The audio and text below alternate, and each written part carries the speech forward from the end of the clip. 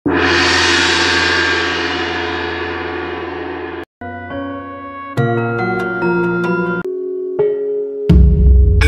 hanya berselisih sepenginangan saja.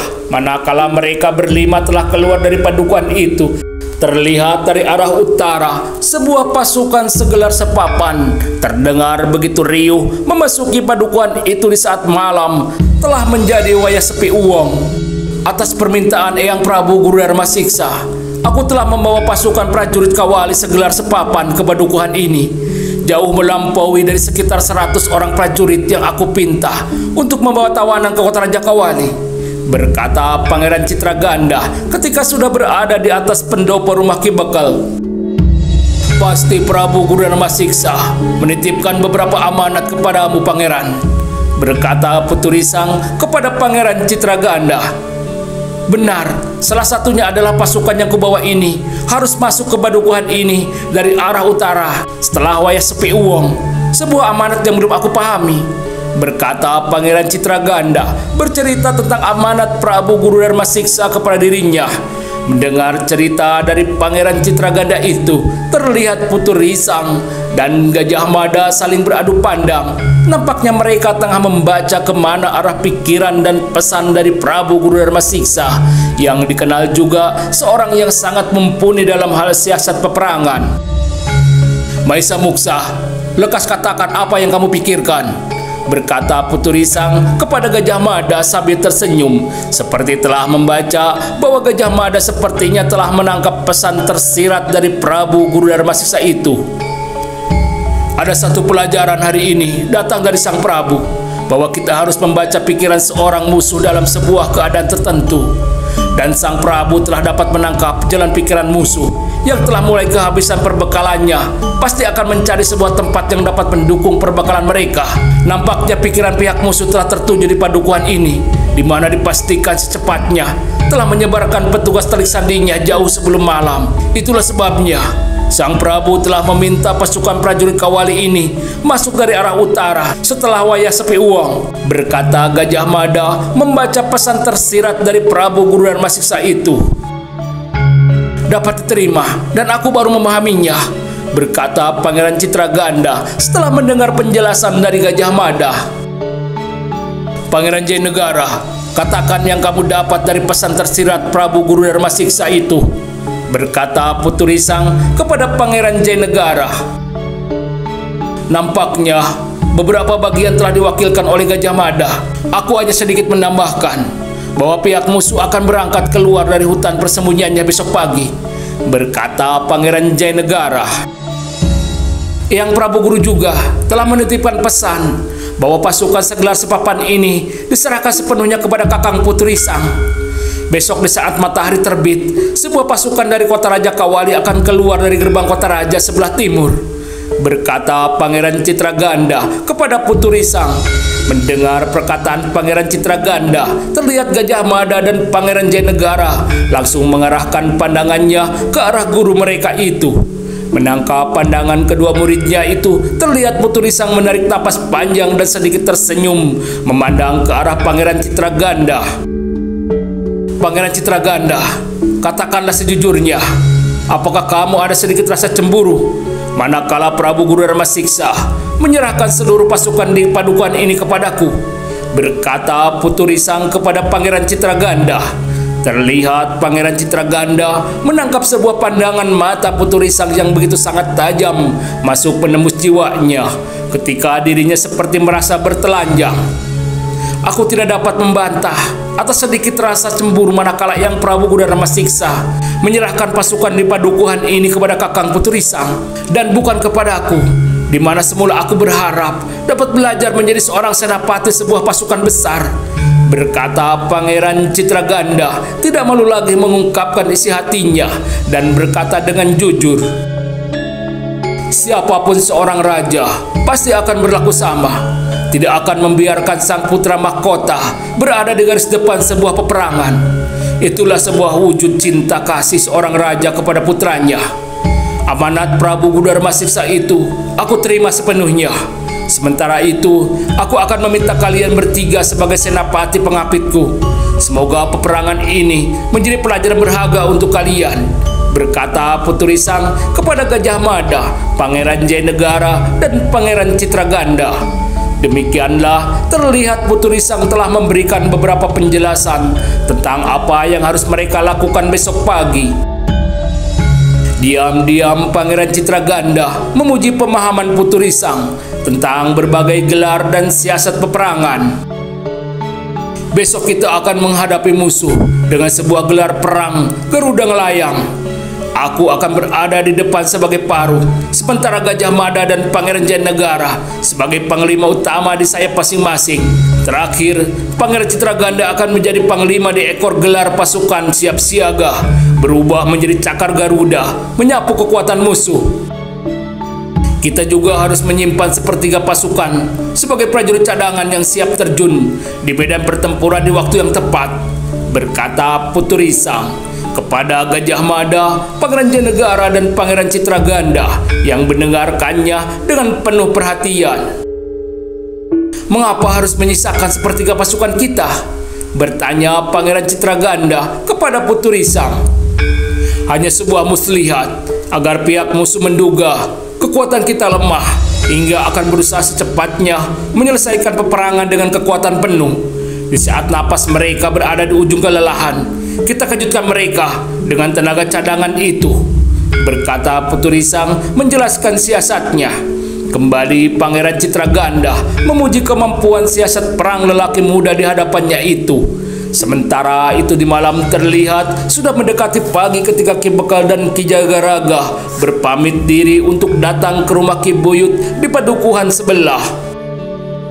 Hamba pamit diri untuk membangunkan Ki Buyut di padukuhan sebelah. Mungkin Ki Buyut dapat menggerakkan seluruh warga Kabuyutan ini. Membantu apa yang dapat kami bantu, berkata Ki Bekal kepada Ki Jagaraga, pamit diri untuk mengunjungi Ki Buyut di padukuhan sebelah. Terlihat Ki Bekal dan Ki Jagaraga telah berjalan keluar dari pekarangan rumah Ki Bekal. Mereka telah melihat beberapa prajurit tengah menyiapkan sebuah dapur umum yang cukup besar. Mereka juga telah melihat sebagian prajurit tengah beristirahat di berbagai tempat di sepanjang jalan padukuhan itu. Tidak lama berselang, terlihat pula beberapa perwira tinggi naik ke atas pendopo rumah Ki Bekal. Nampaknya mereka meminta beberapa penjelasan apa yang harus mereka lakukan menghadapi musuh yang dipastikan akan keluar dari hutan persembunyian mereka.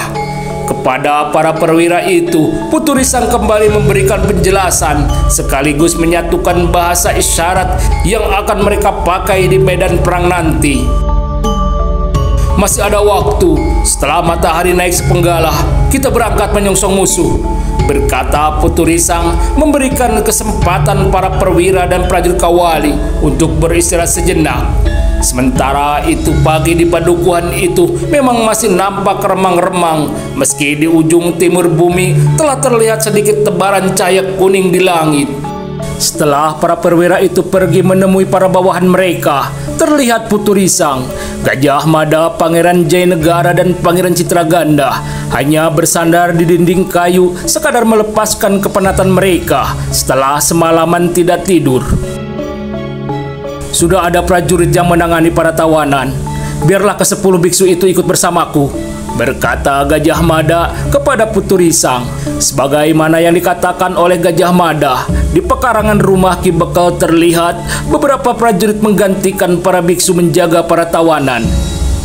Sementara suasana di dapur umum yang baru saja didirikan oleh para prajurit sudah terlihat penuh dengan kesibukannya, dan asap tebal terlihat telah membumbung jauh tinggi mengisi langit pagi. Akhirnya saat yang dinantikan itu datang juga. Matahari telah terlihat sudah naik sepenggalan. Terdengar suara bende mendengung menghiasi suasana pagi di padukuhan itu. Itulah suara bende pertama sebagai pertanda para prajurit untuk mempersiapkan diri masing-masing. Dan tidak lama berselang, suara bende kembali berdengung. Terlihat para prajurit berlari berkumpul di kesatuan mereka masing-masing. Terlihat jalan padukuhan itu sudah dipenuhi para prajurit lengkap dengan senjata dan perlengkapan perang mereka. Siapa pimpinan prajurit di sini? berkata Putu Risang ketika memeriksa kesiapan seluruh prajuritnya dan berhenti di sekumpulan kesatuan prajurit cadangan yang terpisah di barisan paling belakang. "Aku Rangga Kidang Telangkas, pimpinan pasukan cadangan ini," berkata seorang lelaki berwajah dipenuhi kumis tebal dan bercambang lebat, mirip tokoh pewayangan Putra Bima datang menghampiri Putu Risang. "Kamu tahu apa yang menjadi tugas prajurit cadangan ini?" bertanya Putu Risang kepada lelaki bertubuh tinggi kekar itu. "Menunggu panas sandaran melesat 3 kali di udara, itulah pertanda bagi kami segera turun mengisi medan pertempuran," berkata lelaki itu yang telah menyebut jati dirinya sebagai Rangga Kidang Telangkas. "Bagus, selamat bertemu di medan pertempuran," berkata Putu Risang kepada Rangga Kidang Telangkas sambil menepuk-nepuk bahunya yang keras dan gempal, itu sebagai pertanda sangat terlatih dalam olah kanuragan cukup lama. Akhirnya kembali suara bende ketiga kalinya terdengar berdengung mengisi udara pagi di atas padukuhan itu. Terlihat beberapa orang warga padukuhan, lelaki dan wanita telah keluar dari rumahnya dan berdiri di pinggir pagar pekarangan mereka. Beberapa bocah terlihat ikut bersama mereka dengan tangan rapat bergait bersandar di tubuh para orang tua masing-masing. Nampaknya baru pertama kalinya bagi warga padukuhan itu melihat pasukan segelar sepapan memenuhi jalan padukuhan mereka. "Bila aku besar, aku ingin seperti mereka membawa pedang dan bertempur di medan perang," berkata seorang bocah lelaki ketika melihat pasukan prajurit kawali itu telah bergerak melangkah. "Kakek buyutmu dan aku adalah para petani yang hanya tahu bagaimana mengangkat cangkul dan membaca bintang di langit menghitung hari tanam. Aku tidak bisa mengajarmu cara mengangkat sebuah pedang," berkata ayah bocah lelaki itu sambil mengelus-ngelus rambut kepalanya. "Aku pernah melihat Ki Jagaraga bermain pedang bersama putranya di pekarangan rumah mereka," berkata bocah lelaki itu. "Tapi pedang Ki Jagaraga tidak sebagus pedang para prajurit itu," berkata kembali ayah bocah lelaki itu ketika melihat barisan prajurit terakhir sudah mendekati regol gerbang padukuhan mereka. Demikianlah pasukan segelar sepapan itu telah berjalan keluar padukuhan menuju padang ilalang yang cukup luas sebagai pembatas jarak antara padukuhan dan hutan di seberang sana. Dan matahari di atas padang ilalang yang cukup luas terbentang itu telah semakin naik menghangatkan wajah-wajah para prajurit kawali yang telah berhenti berjalan. Nampaknya mereka telah menemukan tempat yang baik untuk menyongsong kedatangan musuh mereka, para prajurit Rakata yang akan muncul di seberang hutan sana. Sementara itu pasukan prajurit Rakata memang sudah bergerak meninggalkan barak-barak darurat mereka setelah beberapa hari bersembunyi di hutan itu. Persediaan pangan yang kurang mencukupi membuat mereka harus bergerak mencari tempat baru, sebuah padukuhan yang penuh dengan lumung-lumungnya. "Aku akan mengejar ternak-ternak mereka," berkata seorang prajurit Rakata penuh semangat membayangkan suasana di padukuhan. "Aku akan mengejar anak gadis mereka," berkata seorang prajurit lainnya. "Mereka datang kembali," berkata Pangeran Rawidu kepada Patih Anggajaya di dekatnya ketika melihat 10 orang prajurit pemantau dengan berkuda datang kembali. "Mereka membawa kuda seperti dikejar setan gundul. Pasti ada sebuah berita penting," berkata Patih Anggajaya sambil tidak berkedip memandang prajurit berkuda itu mendekati mereka.